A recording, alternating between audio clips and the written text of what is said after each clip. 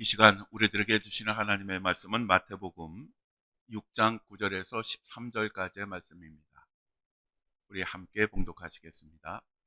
그러므로 너희는 이렇게 기도하라. 하늘에 계신 우리 아버지여, 이름이 거룩히 여김을 받으시오며 나라가 임하시오며 뜻이 하늘에서 이루어진 것 같이 땅에서도 이루어지이다. 오늘 우리에게 일용할 양식을 주시옵고 우리가 우리에게 죄 지은 자를 사하여 준 것 같이 우리 죄를 사하여 주시옵고 우리를 시험에 들게 하지 마시옵고 다만 악에서 구하시옵소서. 나라와 권세와 영광이 아버지께 영원히 있사옵나이다. 아멘. 오늘은 마태복음 6장 9절 13절까지의 말씀 중에 우리를 시험에 들게 하지 마시옵고 라고 하는 제목으로 함께 말씀을 나누겠습니다. 예수님이 우리들에게 가르쳐 주신 주기도문 가운데 우리를 위한 세 번째 기도가 바로 우리를 시험에 들게 하지 마시옵고 라고 하는 것입니다. 여기에서 시험이라고 하는 헬라어 단어는 페이라스모스라고 하는 것인데, 이 단어는 시험의 주체가 누구냐에 따라서 그 해석이 달라집니다. 만일 시험의 주체가 하나님이시면 시험의 의미는 훈련이 됩니다. 신명기 8장 2절에 내 하나님 여호와께서 이 40년 동안에 내게 광야길을 걷게 하신 것을 기억하라.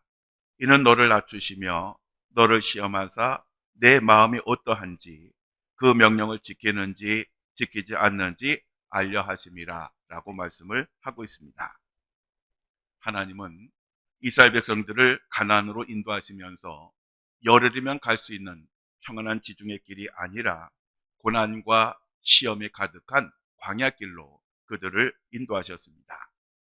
그 이유는 그들을 시험하기 위함이었습니다. 그러면 어떤 시험이었을까요? 그것은 내 마음이 어떠한지 그 명령을 지키는지 지키지 않는지 알려 하심이라 라고 말씀하고 있습니다.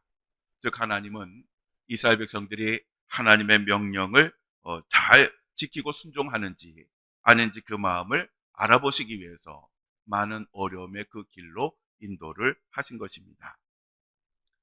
하나님께서 이렇게 그들을 시험하신 목적이 있습니다.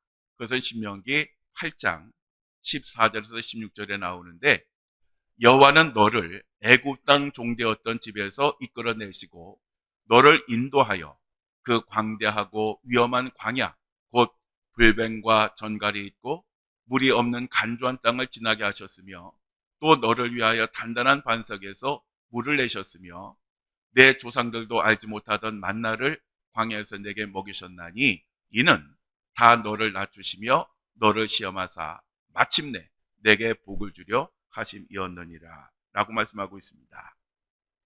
하나님께서 이스라엘 백성들에게 40년 동안의 광야의 고난과 시험을 주신 이유는 그들을 낮추셔서 마침내 그들에게 복을 주시기 위해서 그들을 시험을 하셨던 것입니다. 즉 하나님은 거칠고 험한 광야 생활을 통해서 그들을 훈련시킴으로써 그들이 가나안 땅에 들어갔을 때에 하나님의 백성으로서 온전한 삶을 살도록 하시기 위해서 그들을 광야에서 훈련을 시켰던 것입니다. 하나님은 종종 사탄을 배달보로 삼아서 인간을 시험하시기도 합니다. 그래서 고린도후서 12장 7절에 여러 계시를 받은 것이 지극히 크므로 너무 자만하지 않게 하시려고 내 육체의 가시 곧 사탄의 사자를 주셨으니 이는 나를 쳐서 너무 자만하지 않게 하려 하심이라 라고 사도 바울이 고백하고 있습니다. 하나님은 이렇게 단련을 시키셔서 욥과 같이 하나님 앞에 정금같이 나오도록 우리들에게 은혜를 베풀어 주시는 것입니다. 미국의 해군의 특수부대 가운데 네이비 실이라고 하는 부대가 있습니다. 이 실이라고 하는 말은 Sea, Air and Land, 즉 해상, 공중, 육상을 의미하는 것으로서 해군이지만 육지와 바다, 공중 등 어디서든지 전투가 가능한 부대라고 하는 그런 뜻입니다. 이 네이비 실은 굉장히 까다로운 선발 과정을 통해서 병사들을 차출을 하고 그리고 극한의 훈련을 통해서 이들을 최종의 전투 요원으로 양성을 하게 됩니다.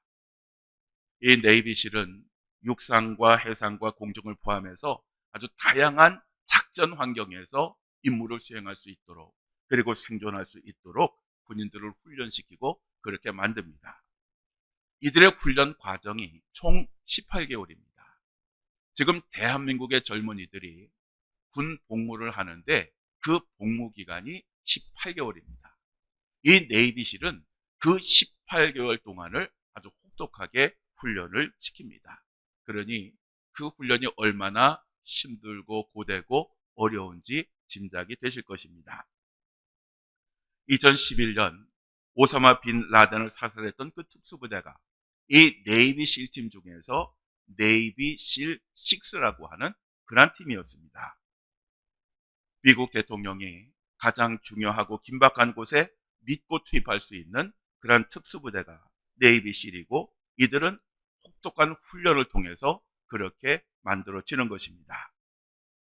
이처럼 군대가 강한 훈련을 통해서 군인들을 훈련을 시키듯이 하나님은 하나님의 자녀들을 시험을 통해서 훈련을 시킴으로써 마귀와의 전쟁에서 반드시 승리를 거두도록 그렇게 연단을 시키시는 것입니다. 따라서 시험이 하나님이 주시는 것이면 그것은 좋은 것입니다. 그 시험을 통하여 하나님의 복을 마침내 누리게 되는 것입니다. 반면에 이 시험의 주체가 하나님이 아니라 마귀이면 그 시험은 훈련이 아니라 유혹이 됩니다. 마귀는 우리 그리스도인들을 무너뜨리기 위해서 끊임없이 시험을 합니다. 인간의 가장 약한 부분을 아주 집중적으로 공략을 합니다. 또 우리가 쓰러질 때까지 포기하지 않습니다. 주기도문에서 우리를 시험에 들게 하지 마시옵고 라고 하는 의미는 바로 이러한 마귀의 유혹에 빠지지 않게 해달라고 하는 그러한 의미입니다.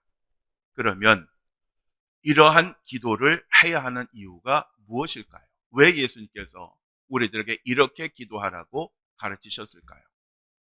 첫째로 우리가 기도해야 하는 이유는 마귀의 시험은 우리 스스로는 이길 수 없기 때문입니다. 우리가 마귀의 시험을 이기려고 하면 먼저 우리 자신이 연약한 존재임을 분명하게 깨달아야 됩니다. 그래야 하나님의 도우심을 구할 수가 있습니다. 우리들의 성경적 지식이 그리고 신앙의 연륜이 깊으면 이러한 시험을 쉽게 이길 수 있는 것은 결단코 아닙니다. 하나님의 도우심이 없으면 아무리 신앙생활 오래 하고 성경을 많이 한다 할지라도 한순간에 넘어가게 되어 있습니다. 우리도 언제든지 베드로처럼 예수님을 부인할 수가 있습니다.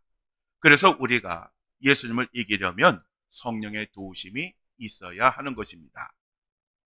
예수님이 공생애를 시작하시면서 제일 먼저 하신 일은 40일 금식 기도를 하시고 광야에서 마귀의 시험을 받으신 것이었습니다. 바로 우리는 이것을 잊지 말아야 됩니다. 예수님이 하나님과 같으신 분이시고 하나님의 아들이셨지만 육신을 가진 분이셨기 때문에 무려 40일 동안의 금식 기도를 하시고 나서 마귀의 시험을 이기신 것입니다. 하물며 우리가 마귀의 시험을 이기려고 하면 성령의 능력을 의지해야 하지 않겠습니까? 그러니까 우리는 늘 시험에 들지 않도록 기도해야 됩니다. 두 번째로 우리가 기도해야 하는 이유는 마귀의 시험을 이기려면 나의 삶에 있는 유혹의 자리에서 벗어나야 하기 때문입니다. 시험에 들기를 원치 않는다고 하면서 넘어지기 쉬운 유혹의 자리에 계속 있다면 그것은 결국 나는 유혹에 빠져 살겠다라고 하는 그러한 의미인 것입니다. 예를 들면 술을 완전히 끊겠다고 하는 사람이 매일 술집에 있다고 하면 그 결과가 어떻게 되겠습니까? 또 도박을 끊겠다고 하는 사람이 도박장 주변을 매일 전전한다고 하면 그 결과가 어떻게 되겠습니까? 요셉이 애굽 왕의 친위대장인 보디발의 집에서 종살이를 할 때에 보디발의 아내가 성적으로 유혹을 했습니다.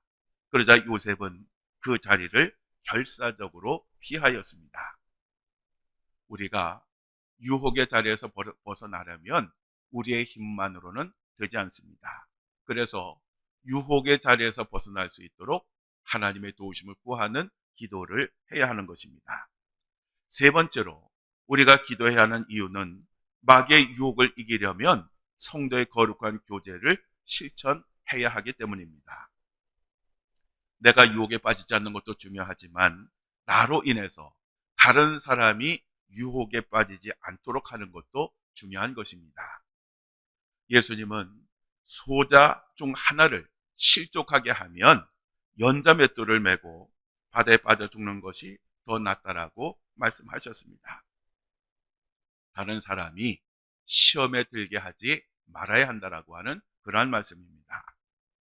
우리는 성도 간의 거룩한 교제를 통해서 서로 세워주고 서로를 위로해야 합니다. 사도행전 2장 42절에 그들이 사도의 가르침을 받아 서로 교제하고 떡을 떼며 오로지 기도하기를 힘쓰니라 라고 말씀하고 있습니다. 초대교회 성도들은 하나님의 말씀 안에서 정말 아름다운 교제를 나누었고 그리고 함께 기도하기에 힘을 썼습니다. 그래서 그들은 수많은 유혹과 시험과 박해를 이기고 승리하는 삶을 살 수 있었던 것입니다. 전도서 4장 12절에 한 사람이면 패하겠거니와 두 사람이면 맞설 수 있나니 세 겹줄은 쉽게 끊어지지 아니하느니라 라고 말씀을 합니다. 예를 들면 석단 하나는 아무 힘도 발휘하지 못하지만 두 개, 세 개가 모이면 강한 힘을 발휘할 수가 있습니다. 반면에 아주 불 잘 타는 석탄 더미 속에서 하나를 꺼내어 홀로 두면 그것은 금방 꺼지게 됩니다.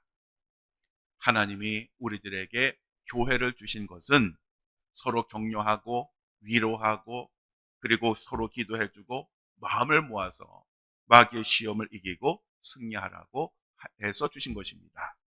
즉 우리 모두는 서로를 지켜줄 수 있어야 됩니다. 이처럼 예수님은 우리를 시험에 들게 하지 마시옵고 라고 기도하라고 하심으로써 시험을 이길 하나님의 능력을 구하고 유혹의 자리에서 피하고 성도 간의 아름다운 교제를 통하여 서로 지켜주라고 말씀하셨습니다.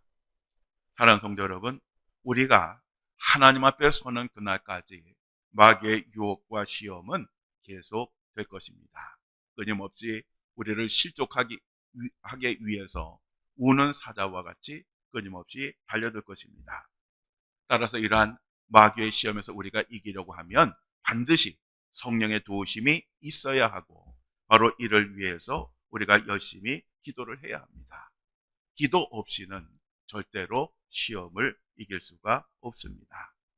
항상 여러분들도 이 주기도문을 단순히 외우는 것이 아니라 그 말씀의 의미를 깊이 되새기시고 그렇게 기도함으로써 예수님의 간절한 바람처럼 이 세상의 모든 시험과 역경을 이기고 승리하는 그런 삶을 사시기를 주님의 이름으로 간절히 축원합니다.